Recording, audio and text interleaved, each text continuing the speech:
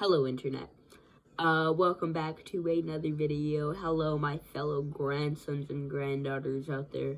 I know this is, rich coming from me now. I haven't posted in a while. I've been working on a project, and it's taken me a while. And sometimes you guys just have to accept that some projects take longer than others. And as you can tell by the title of this video, this is not a tutorial. This is me simply showing off what I made. What I made is the PMT, the Plant Monitoring Terminal.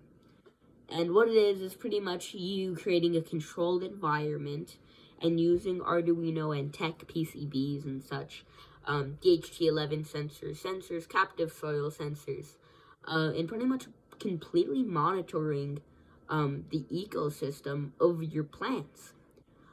This is ideally, because I'm encasing it in glass, humid plants. I don't know why I said it like that. So that's tropical plants and even seedlings. I'm doing seedlings right now. This was software version 11, version 2 for hardware. Version 1 had just soil level detectors, which sucked, and they got really corroded. And then I had to buy another DHT11 because I killed mine. It didn't have backwards polarity protection. I made a lot of mistakes, and I had to buy more parts. Oh, it's actually disassembled. Yeah, my workstation is a little fucked off, but I did put silicone adhesive in here, so I gotta make sure the fumes get out of that. Oh, we have a sprout. We have a friggin' sprout. That's proof that this works.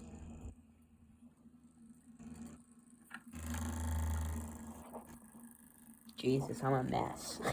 So this is it, if you get away all the trash from me working so hard. This is it. It features, I'd like to show you my features. Okay. Features, Arduino Mega. LCD 16:2 display in a 8-bit configuration, fast refreshing, and a sharper look overall. 3 LED lights that indicate moisture level, as well as indicating moisture level on the LCD, as well as an H2O status, a red and blue LED grow light, AC power adapter, an extension cord taped to the lid with a Arduino power, light power. Oh, inside you have a pot with, we have a sprout, with 2 captive soil moisture detectors. And at the top there, if you look, a DHT11 for temperature and humidity that we could see right there. As well as my state-of-the-art control terminal, which can control screen, and this button I will tell you what it does in a little bit. A potentiometer, 3 220 ohm resistors for these, a active buzzer, amongst other stuff. And if we take off our lid and look inside, we see what we've seen before. But if we remove one of our 2 soil detectors, we get a red light running low H2O levels, and that's where this button comes in. Manual override can display status for H2O, turn off buzzer, but that red light you can't really get rid of. We put it back in, and now we don't have a problem, and we're back to normal, well, yeah. So, I feel like it's only fair if I explain how the damn thing works, and kind of the motive of building it, as well as, some of the troubles I've had while building it. So, essentially, my motive. I think, you might have noticed your grandma's favorite nerd, the channel name. My grandma has been someone that supported my love for technology and engineering so much. She's one of the few people, that, really helped develop it, just like my mom, and it's stuff like that I'm grateful for, and, my grandma, managed a community garden pretty much my whole life. I grew up in Phoenix, Arizona, and when I would go stay with my grandma, always a fun experience. You'd stay the night, and then she woke up at the crack of dawn, you know, and you knew it was time to go to the garden and go, you know, work over there and go help manage it. Shout out to you, Grandma Gail, if you're watching this. And, mouse is disgusting.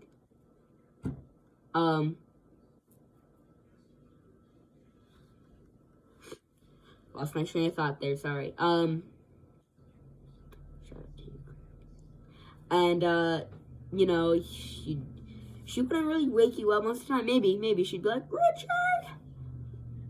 She would do that. But I feel like what woke me up most of the time was the banging pots and pans. And I know that sounds weird, right? Banging pots and pans. But, you know, she'd wake up in the morning, go make breakfast, and then she had, like, a cabinet where she kept all her pots and pans, and it was naturally disorganized. You know, as everyone's cabinets are disorganized, let's be honest. Go and organize your cabinets. It's a New Year's resolution. Naturally. And she would make breakfast, so she needed a pot, right?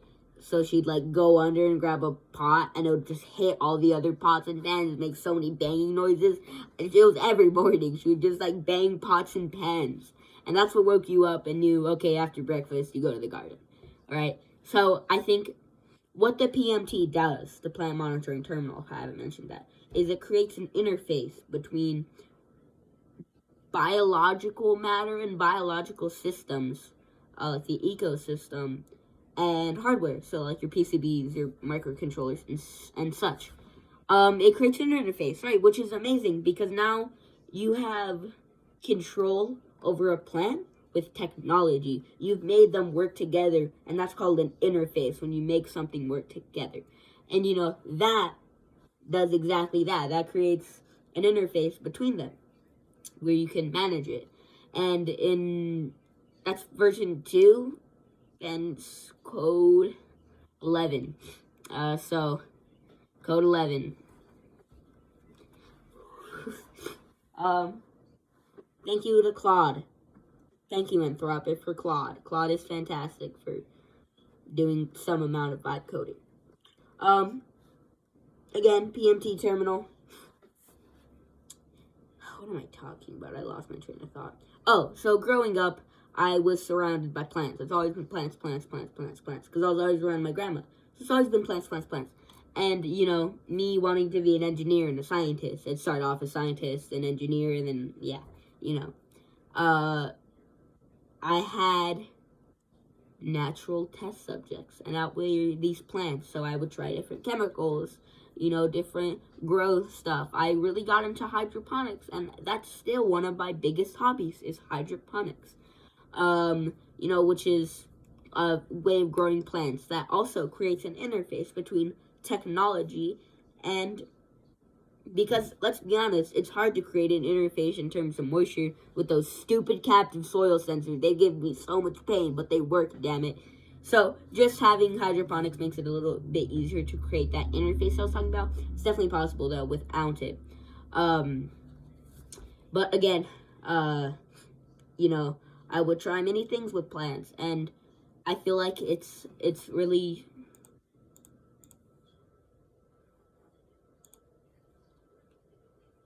Sorry, yeah.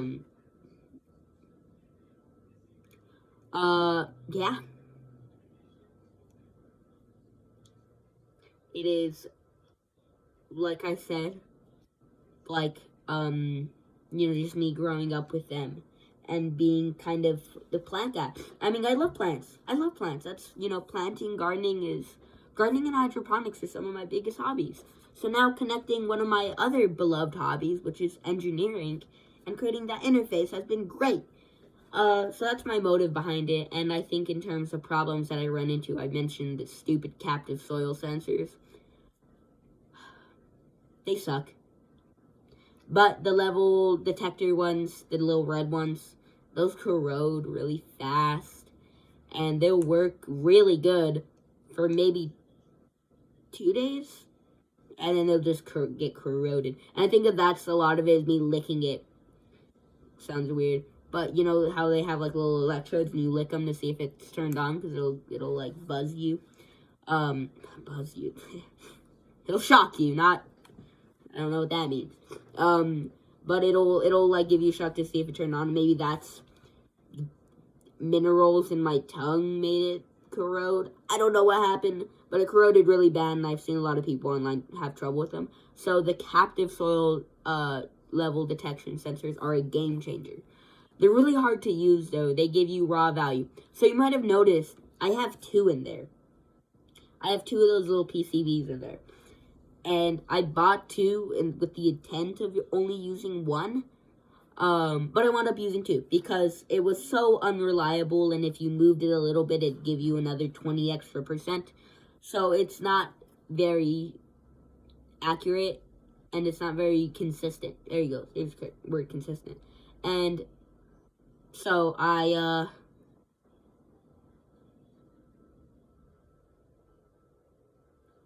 put 2 of them in. And how those work is they give you a raw value of how much, electrical signal is going through the dirt. And if there's a lot of water, water is a natural electrolyte.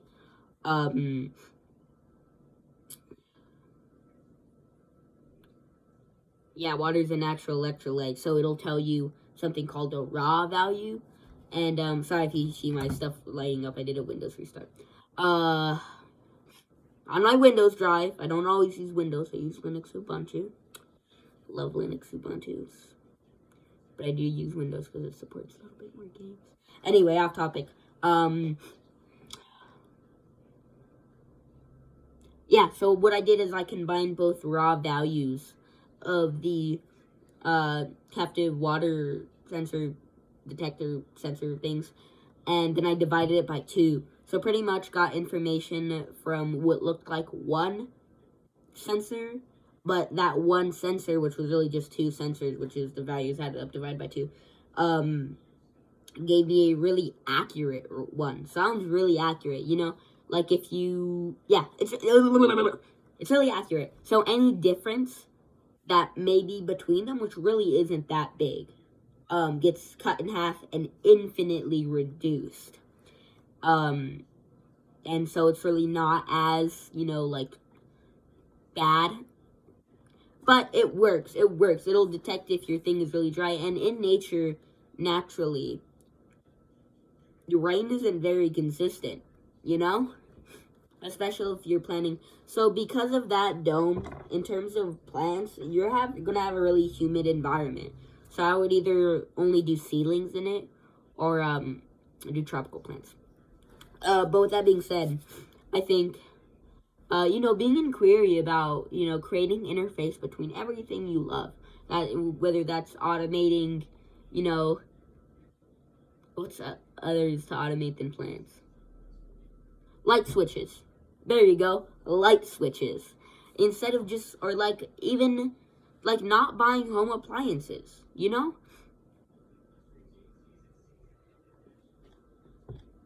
Not buying home appliances, those smart home, and really just automating it yourself. It may look a little tacky, and in many ways it is.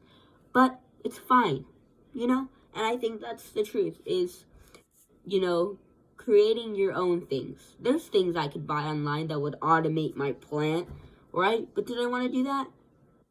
Kind of. But I hung in there. Yeah, so I just keep looking back to see the... Oh god, I have a mess. I'm so sorry about that. Jeez. Windows update's almost complete. So essentially, I ask you guys to really, again, please, if you want to, and you really find this, I'm not saying don't recreate this. I'm going to put the code in the description below. And again, all of them are variables. So you could just delete the number of any pin you want and replace it with your own pin.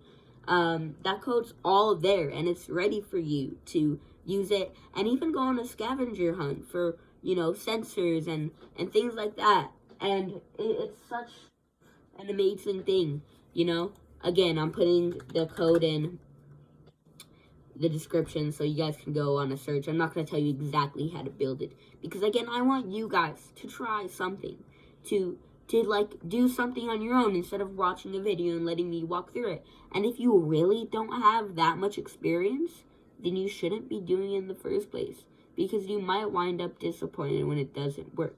So I suggest you, that sounds horrible, but really, in the beginning, I feel like I tried to do so much stuff that I just wasn't ready for. Like the ultrasonic thing. I haven't done that yet. I tried. That was one of my first projects. It absolutely failed.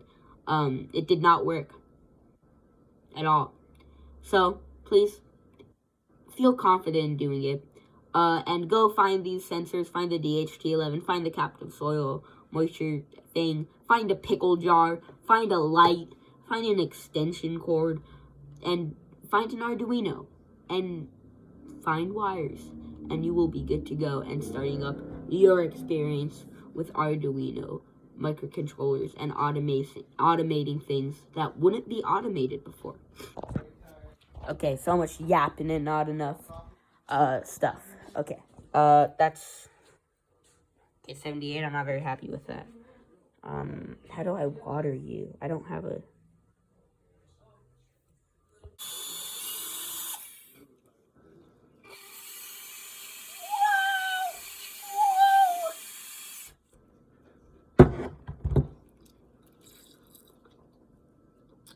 Ew, this is the one that tastes like Gatorade. Okay, finally got something to water my plant.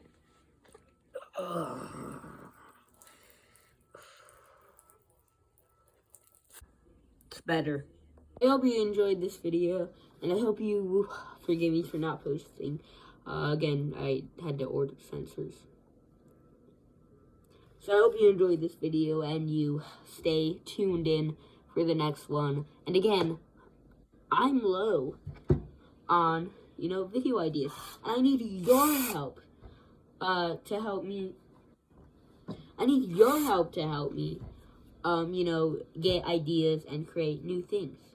So, again, comment down below what you'd like to see with Arduino Megas, or Arduino controller. I wouldn't mind buying an Uno for $30.